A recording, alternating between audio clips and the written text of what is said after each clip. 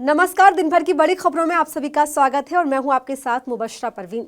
तो बुलेटिन में आज बात होगी संसद के बजट सत्र की शुरुआत की, चुनाव आयुक्त को केजरीवाल के जवाब की, देखेंगे महाकुंभ भगदड़ पर नए खुलासे को, धीरेन्द्र शास्त्री के बयान पर मचे बवाल को, जानेंगे बिहार में बीपीएससी छात्रों के तेज होते आंदोलन को, महामंडलेश्वर बनी ममता कुलकर्णी पर आए फैसले को, और बुलेटिन के आखिर में बात करेंगे सुनीता विलियम्स को लेकर ट्रंप के बड़े कदम की। इन सभी मुद्दों पर आज चर्चा करेंगे, लेकिन उससे पहले एक नजर अब तक की हेडलाइंस पर। महाकुंभ में भगदड़ पर योगी सरकार पर अखिलेश यादव का पलटवार, बोले जान गंवाने वालों की संख्या छिपा रही सरकार। दिल्ली विधानसभा चुनाव के लिए पीएम मोदी की दूसरी रैली आज, द्वारका में जनसभा को करेंगे संबोधित। सपा की स्टार प्रचारक सांसद डिम्पल यादव की बड़ी मुश्किलें, रोड शो को लेकर आचार संहिता उल्लंघन का केस दर्ज, अनुमति से ज्यादा वाहन शामिल होने का लगा आरोप। रणजी ट्रॉफी में 12 साल बाद वापसी पर फेल हुए विराट कोहली, 6 रन बनाकर हुए आउट, स्टेडियम में पसरा सन्नाटा। यूरोप में दक्षिण पंथियों के समर्थन में उतरे एलन मस्क, जर्मनी ब्रिटेन की सियासत में दखल का आरोप, सत्ताधारी दलों की बड़ी मुश्किलें। और अब खबरें विस्तार से और बात करते हैं आज की सबसे बड़ी खबर की। आज से संसद के बजट की शुरुआत हो गई है। संसद का सत्र 31 जनवरी यानी कि आज से शुरू होकर 13 फरवरी तक चलेगा। बजट से देश में नौकरी पेशा लोगों से लेकर महिलाओं, किसानों और रेहड़ी पटरी वालों तक को काफी उम्मीदें हैं। ऐसे में सवाल है कि क्या उनकी उम्मीदें पूरी हो पाएंगी। आइए जानते हैं इस रिपोर्ट में। 18वीं लोकसभा के बजट सत्र का आज पहला दिन है। इसकी शुरुआत राष्ट्रपति द्रौपदी मुर्मू ने संसद के दोनों सदनों लोकसभा और राज्यसभा के ज्वाइंट सेशन में 59 मिनट के अपने संबोधन से की। बजट सत्र के शुरू होते ही राजनीतिक तापमान एक बार फिर हाई हो गया है। जहां विपक्ष को इस बात की उम्मीद है कि सत्र सुचारू रूप से चल सके, तो वहीं आम इंसान को ये उम्मीदें हैं कि उनके लिए कोई राहत इस बजट में बन सकती है। केंद्रीय वित्त मंत्री निर्मला सीतारमण 1 फरवरी को वित्त वर्ष 2025 और 26 का बजट पेश करेंगी। इसे देखते हुए लोगों की उम्मीदें जाग गई हैं। हर वर्ग के लोग इनसे अपने लिए राहत की उम्मीद लगाए हुए हैं।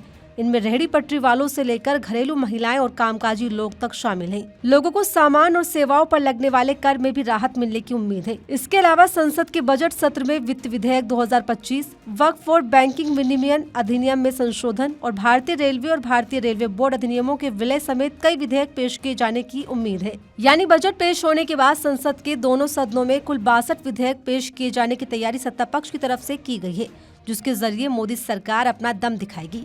तो वहीं विपक्ष की तरफ से भी पूरी ताकत झोंकने की तैयारी कर ली गई है।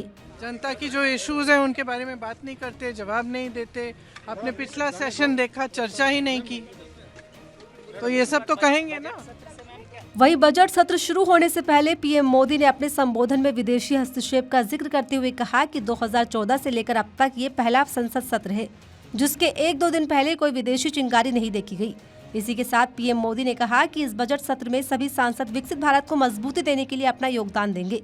ऐसे में देखना होगा कि वित्त मंत्री निर्मला सीतारमण के बजट में लोगों को कितनी उम्मीदें पूरी हो पाती है। बजट पर फिलहाल हर किसी की नजरें हैं, तो वहीं दिल्ली के चुनाव पर भी हर किसी की निगाहें इस वक्त टिकी हुई है, जहां आखिरी वक्त में दिल्ली का चुनाव यमुना के पानी पर आकर टिक गया है।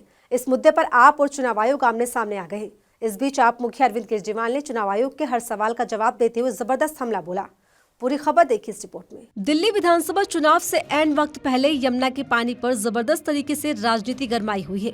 आलम तो यह है कि इस मुद्दे पर बीजेपी और आप के बाद मुख्य चुनाव आयुक्त राजीव कुमार और आप संयोजक अरविंद केजरीवाल आमने सामने आ गए हैं, जहां आरोप प्रत्यारोपों का सिलसिला थमने का नाम नहीं ले रहा। इस बीच अरविंद केजरीवाल ने मुख्य चुनाव आयुक्त राजीव कुमार को चिट्ठी के जरिए उनके सभी सवालों के जवाब दिए हैं। बता दें, चुनाव आयोग ने केजरीवाल से यमुना में जहर वाले बयान पर जवाब मांगा था, जिस पर केजरीवाल ने अपनी चिट्ठी में सीईओ राजीव कुमार पर बीजेपी का साथ देने का खुला आरोप लगाया। इतना ही नहीं, इस संबंध में अरविंद केजरीवाल ने 6 पेजों में अपना जवाब भी दाखिल किया है। केजरीवाल ने अपने जवाब में कहा, दिसंबर के आखिरी हफ्ते में दिल्ली के मुख्यमंत्री ने हरियाणा के मुख्यमंत्री से अमोनिया का स्तर कम करने या अतिरिक्त पानी देने का अनुरोध किया था। हरियाणा के मुख्यमंत्री ने आश्वासन दिया, लेकिन कोई कार्रवाई नहीं की। दिल्ली के मुख्यमंत्री ने कई बार फोन किया, लेकिन हरियाणा के मुख्यमंत्री ने कॉल उठाना बंद कर दिया। अमोनिया का स्तर बढ़ता रहा। पंजाब के मुख्यमंत्री ने भी हरियाणा के मुख्यमंत्री से दिल्ली के मुख्यमंत्री की ओर से बात की, लेकिन कोई फायदा नहीं हुआ। दिल्ली के मुख्य सचिव ने भी हरियाणा के मुख्य सचिव से कई बार बात की। केजरीवाल यही नहीं रुके, उन्होंने सीधे तौर पर चुनाव आयोग पर आरोप लगाया कि यमुना में पानी के मुद्दे पर जानबूझकर उन्हें परेशान किया जा रहा है। इलेक्शन कमीशन के दूसरे नोटिस की लैंग्वेज जो लिखी है, उससे ऐसा लगता है कि वो ऑलरेडी तय कर चुके हैं कि उन्हें क्या सजा सुनानी है। लेकिन सिलसिलेवार उनके पूरे चिट्ठी का जवाब देने के लिए, नोटिस का जवाब देने के लिए हम लोग अभी सब लोग इलेक्शन कमीशन जाएंगे ये चिट्ठी का जवाब है जो हम उनको देने जा रहे हैं। बता दें, इससे पहले भी अरविंद केजरीवाल साफ तौर पर चुनाव आयुक्त राजीव कुमार पर गंभीर सवाल उठा चुके हैं। बीते दिन केजरीवाल ने एक प्रेस कॉन्फ्रेंस के दौरान ये तक कह दिया कि चुनाव आयोग राजनीति कर रहा है, क्योंकि राजीव कुमार सेवानिवृत्त के बाद नौकरी चाहते हैं। ऐसे में इस मुद्दे पर सियासी उबाल चरम पर बना हुआ है। दिल्ली में सियासी तपिश बढ़ रही है, तो वहीं महाकुंभ में भगदड़ के मामले पर यूपी की योगी सरकार सवालों से घिरती जा रही है। जैसे जैसे मामले में नए नए खुलासे हो रहे हैं, ये मामला उतना बड़ा रूप लेता दिखाई दे रहा है।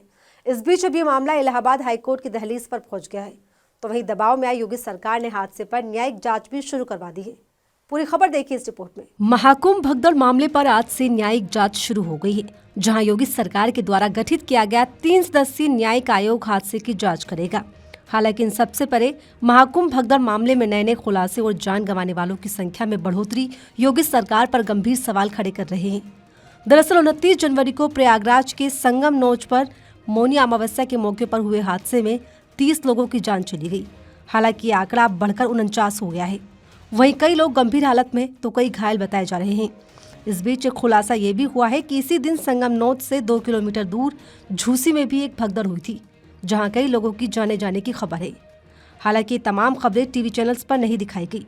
इतना ही नहीं, महाकुंभ में तैयारियों को लेकर चाक चौबंद व्यवस्था का दावा करने वाली योगी सरकार निशाने पर है। यूपी के पुलिस प्रशासन पर उठ रहे सवालों की एक बड़ी वजह ये भी है कि हादसे के 17-18 घंटे गुजर जाने के बाद हादसे को लेकर आधिकारिक बयान दिया गया, जो सीधे तौर पर योगी सरकार की मंशा पर प्रश्न चिन्ह लगाने के लिए काफी है।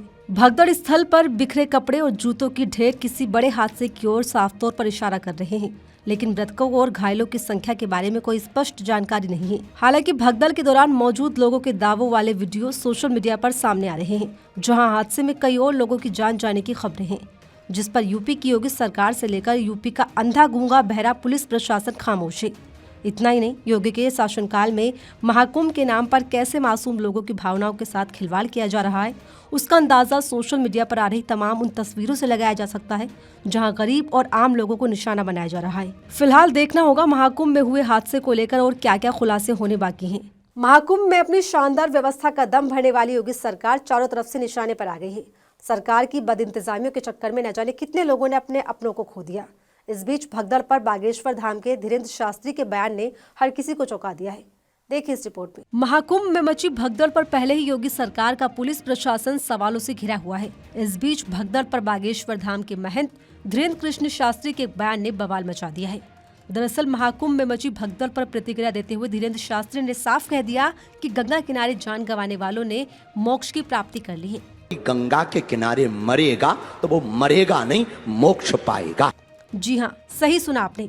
बागेश्वर धाम वाले बाबा का कहना है कि महाकुंभ में हुई घटना निंदनीय है, लेकिन एक दिन तो सबको मरना ही है। धीरेन्द्र कृष्ण शास्त्री यही नहीं रुके, उन्होंने आगे कहा, देश में प्रतिदिन लोग मर रहे हैं और करोड़ों लोग मर रहे हैं, कुछ दवा के बिना तो कुछ स्वास्थ्य खराब की वजह से मर रहे हैं। निश्चित रूप से ये जो घटना हुई है वो निंदनीय है, लेकिन एक बात बोले, ये महाप्रयाग है, मौत सबकी आएगी। एक दिन सबको मरना है, लेकिन कोई गंगा किनारे मरेगा तो वो मरेगा नहीं, मोक्ष पाएगा। बता दें, धीरेन्द्र शास्त्री का यह बयान ऐसे वक्त में सामने आया है जब महाकुंभ में मौनी अमावस्या के दौरान मची भगदड़ में 50 से ज्यादा लोगों की जान चली गई और ये आंकड़ा लगातार बढ़ता जा रहा है। हादसे को लेकर जहां कुंभ का पुलिस प्रशासन किसी भी बयानबाजी या सवालों के जवाब देने से बच रहा है, उसके उलट धीरेन्द्र शास्त्री का यह बयान चारों तरफ फैल गया है। हर कोई धीरेन्द्र शास्त्री के बयान की खुले तौर पर आलोचना कर रहा है। बताते चले, धीरेन्द्र शास्त्री वही बाबा हैं जो पर्ची खोलकर अपनी दिव्य दृष्टि से लोगों का भूत और भविष्य देखने का दावा करते हैं। हालांकि वो अलग बात है कि महाकुंभ में हुए हादसे को लेकर बाबा कोई भविष्यवाणी नहीं कर पाए। ऐसे में धीरेन्द्र शास्त्री के बयान पर बवाल मच गया है। बिहार में बीपीएससी छात्रों का आंदोलन पिछले 1.5 महीने से भी ज्यादा वक्त से जारी है। छात्र अपनी मांगों को लेकर अड़े हुए, हालांकि सरकार इस पर कोई सुध लेते हुए नजर नहीं आ रही। इस बीच छात्रों ने एक बार फिर से अपने आंदोलन को तेज करने का फैसला कर लिया है। ऐसे में नीतीश सरकार की मुश्किलें बढ़ गई है। कड़कड़ाती ठंड में पटना के गर्दनी बाग में आंदोलन कर रहे बीपीएससी छात्रों ने एक बार फिर अपने आंदोलन को तेज कर दिया है। बीपीएससी 70वीं प्रारंभिक परीक्षा को रद्द कराने को लेकर छात्रों का गुस्सा बढ़ता जा रहा है। ऐसे में गुस्साए छात्रों ने बिहार के नीतीश सरकार के खिलाफ हल्ला बोल दिया। इसी कड़ी में बीते दिन 30 जनवरी को पटना की सड़कों पर बीपीएससी अभ्यर्थियों ने उतरकर प्रदर्शन किया और प्रारंभिक परीक्षा रद्द कर दोबारा परीक्षा की मांग रखी। इस दौरान पुलिस की तरफ से जगह जगह पर छात्रों को रोकने की कोशिश की गई। वहीं कुछ जगहों पर पुलिस ने बल प्रयोग भी किया। ऐसे में कई छात्रों को पुलिस ने हिरासत में भी लिया, जिसके बाद मामले ने तूल पकड़ लिया। ऐसे में छात्रों के मुद्दे पर तमाम विपक्षी पार्टियों ने भी बिहार की एनडीए सरकार को निशाने पर लेना शुरू कर दिया है। जनसुराज पार्टी के संस्थापक प्रशांत किशोर ने बीपीएससी परीक्षा में गड़बड़ियों को लेकर बड़ा बयान दिया और नीतीश सरकार पर हमला बोला। उन्होंने कहा कि बीपीएससी की नौकरियों को पहले ही बेच दिया गया है। 1000 करोड़ रुपए से ज्यादा का घोटाला हुआ है। इसके अलावा आरजेडी से लेकर खुद नीतीश कुमार की सहयोगी पार्टियां छात्रों के मुद्दे पर नीतीश सरकार के खिलाफ रुख अपनाए हुए हैं, वो भी ऐसे वक्त में जब बिहार में राजनीतिक उथल-पुथल अपने चरम पर है। राज्य में विधानसभा चुनाव को लेकर सभी राजनीतिक पार्टियां जुटी हुई हैं। आपको बता दें, बिहार लोक सेवा आयोग ने 70वीं बीपीएससी पीटी परीक्षा का परिणाम 23 जनवरी को ही घोषित कर दिया है, लेकिन परीक्षा में गड़बड़ी का आरोप लगाते हुए पटना के गर्दनी बाग में अभ्यर्थियों का आंदोलन जारी है। इससे पहले भी अभ्यर्थी बीपीएससी कार्यालय का घेराव करने पहुंचे थे। कई राजनीतिक दल भी छात्रों की मांग को लेकर सड़कों पर उतर चुके हैं, जिसके बाद अब ये मामला पटना उच्च न्यायालय पहुंच चुका है, जिस पर जल्द ही कोई फैसला आ सकता है। ममता कुलकर्णी को किन्नर अखाड़े में महामंडलेश्वर बनाए जाने के बाद से विवाद थमने का नाम नहीं ले रहा। चारों तरफ अखाड़े के इस फैसले का जमकर विरोध किया जा रहा है। इसी कड़ी में बड़ी खबर सामने आई है कि ममता कुलकर्णी को महामंडलेश्वर पद से हटा दिया गया है। साथ ही अखाड़े के लक्ष्मी नारायण त्रिपाठी से भी आचार्य महामंडलेश्वर पद छीन लिया गया है। पूरी खबर क्या है, देखिए इस रिपोर्ट में। बॉलीवुड अभिनेत्री ममता कुलकर्णी को महामंडलेश्वर की पदवी दिए जाने को लेकर विवाद बढ़ चुका है। एक्ट्रेस को ये पदवी दिए जाने को लेकर किन्नर अखाड़े के अंदर ही जबरदस्त विरोध शुरू हो गया और इस बड़ी उथल-पुथल के बीच आखिरकार वही हुआ जिसका हर किसी को इंतजार था। दरअसल संगम नगरी प्रयागराज में किन्नर अखाड़े की महामंडलेश्वर बनी बॉलीवुड एक्ट्रेस ममता कुलकर्णी को महामंडलेश्वर पद से हटा दिया गया है। इतना ही नहीं, ममता कुलकर्णी का साथ देने वाली अखाड़े की लक्ष्मी नारायण त्रिपाठी से भी आचार्य महामंडलेश्वर का पद छीन लिया गया है, यानी दोनों को किन्नर अखाड़े से निष्कासित कर दिया गया है। आपको बता दें, महाकुंभ में अभिनेत्री ममता कुलकर्णी ने कुछ दिन पहले ही संन्यास की दीक्षा ली थी। संन्यास लेने के बाद ममता कुलकर्णी को किन्नर अखाड़े में महामंडलेश्वर बनाया गया। अचानक ये इस फैसले ने जहां हर किसी को चौंका दिया था, तो वहीं इस फैसले का किन्नर अखाड़े की तरफ से जमकर विरोध किया जा रहा था, जिस पर किन्नर अखाड़े के संस्थापक अजय दास और आचार्य महामंडलेश्वर डॉक्टर लक्ष्मी नारायण त्रिपाठी आमने सामने भी आ गए। ममता कुलकर्णी को महामंडलेश्वर बनाए जाने से नाराज अजय दास ने साफ कर दिया था कि वो जल्द ही इस कदम के विरोध में लक्ष्मी नारायण त्रिपाठी को आचार्य महामंडलेश्वर पद से हटा देंगे। वहीं किन्नर अखाड़े के संस्थापक ऋषि अजय दास ने अपने फैसले पर कहा, 2015-16 के उज्जैन कुंभ में डॉक्टर लक्ष्मी नारायण त्रिपाठी को आचार्य महामंडलेश्वर बनाया गया था। मैं इस पद से उन्हें मुक्त करता हूँ।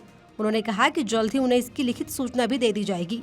अजय दास ने कहा कि जिस धर्म प्रचार प्रसार और धार्मिक कर्मकांड के साथ ही किन्नर समाज के उत्थान आदि के लिए उनकी नियुक्ति की गई थी, वो उस पद से सर्वथा भटक गए हैं। इसी के साथ अब किन्नर अखाड़े में बड़ी बगावत शुरू हो गई है। बहरहाल लंबे विरोध के बाद आखिरकार बॉलीवुड अभिनेत्री ममता कुलकर्णी को पद से हटा दिया गया है। अमेरिका के नए राष्ट्रपति डोनाल्ड ट्रंप इन दिनों अपने एक के बाद एक लिए फैसलों को लेकर चर्चा में बने हुए हैं। इस बीच अंतरिक्ष में फंसी सुनीता विलियम्स के मामले में भी उनकी चर्चाएं जोरों पर की जा रही है। ट्रंप ने स्पेस एक्स के सीईओ एलन मस्क को ये जिम्मेदारी सौंपी है। पूरी खबर जानने के लिए देखिए रिपोर्ट। अमेरिका के राष्ट्रपति डोनाल्ड ट्रंप सत्ता संभालने के बाद से ही लगातार एक्शन मोड में नजर आ रहे हैं। इसी कड़ी में ट्रंप ने एलोन मस्क को अंतरिक्ष में फंसी सुनीता विलियम्स और उनके सहयोगी बुश विल्मोर को वापस लाने का काम सौंपा है, जिसकी चर्चा इस वक्त जोरों पर हो रही है। दरअसल भारतवंशी सुनीता विलियम्स और बुश विल्मोर 5 जून 2024 को स्पेस में गए थे, जहां वो अभी तक फंसे हुए हैं। जानकारी के मुताबिक दोनों एस्ट्रोनॉट्स को ISS पर सिर्फ 8 दिन बिताने थे, लेकिन फिर तकनीकी खामियों की वजह से नासा को प्लान चेंज करना पड़ा, जिसकी वजह से ये वक्त इतना लंबा खिंच गया। हालांकि अब ट्रंप ने ये जिम्मेदारी स्पेस एक्स के सीईओ एलन मस्क को दे दी है। ट्रंप ने सोशल मीडिया पर लिखा, मैंने मस्क से उन 2 बहादुर अंतरिक्ष यात्रियों को वापस लाने को कहा है। इन्हें बाइडेन प्रशासन ने अंतरिक्ष में छोड़ दिया। वो अंतरिक्ष स्टेशन पर कई महीनों से इंतजार कर रहे हैं। मस्क जल्द ही इस काम में लग जाएंगे। उम्मीद है कि सभी सुरक्षित होंगे। वहीं मस्क ने इसके जवाब में कहा कि हम ऐसा ही करेंगे। ये भयानक है कि बाइडेन प्रशासन ने उन्हें इतने लंबे वक्त तक वहां छोड़ रखा है, जबकि नासा ने अपने क्रू मिशन के तहत दोनों अंतरिक्ष यात्रियों को वापस लाने के लिए स्पेस एक्स को कई महीने पहले ही शामिल कर लिया। आपको बता दें, सुनीता और बुश विल्मोर बोइंग और नासा के joint crew flight test mission पर गए थे। इसमें सुनीता स्पेसक्राफ्ट की पायलट थी। उनके साथ गए बुश विल्मोर इस मिशन के कमांडर थे। दोनों को इंटरनेशनल स्पेस स्टेशन में 8 दिन रुकने के बाद वापस पृथ्वी पर आना था। लॉन्च के समय Boeing defence space and security के प्रेसिडेंट और CEO टेड कॉल्बर्ट ने इसे स्पेस रिसर्च के नए युग की शुरुआत के तौर पर देखा था। इस मिशन का मुख्य उद्देश्य स्पेसक्राफ्ट की एस्ट्रोनॉट्स को स्पेस स्टेशन तक ले जाकर वापस लाने की क्षमता साबित करना था। फिलहाल ट्रंप के फैसलों में से ये एक अच्छा फैसला माना जा रहा है, जिसकी चर्चाएं जोरों पर है। और फिलहाल इस बुलेटिन में मेरे साथ इतना ही। ऐसे तमाम खबरों के लिए बने रहिए मेरे साथ और देखते रहिए आर्टिकल 19 इंडिया।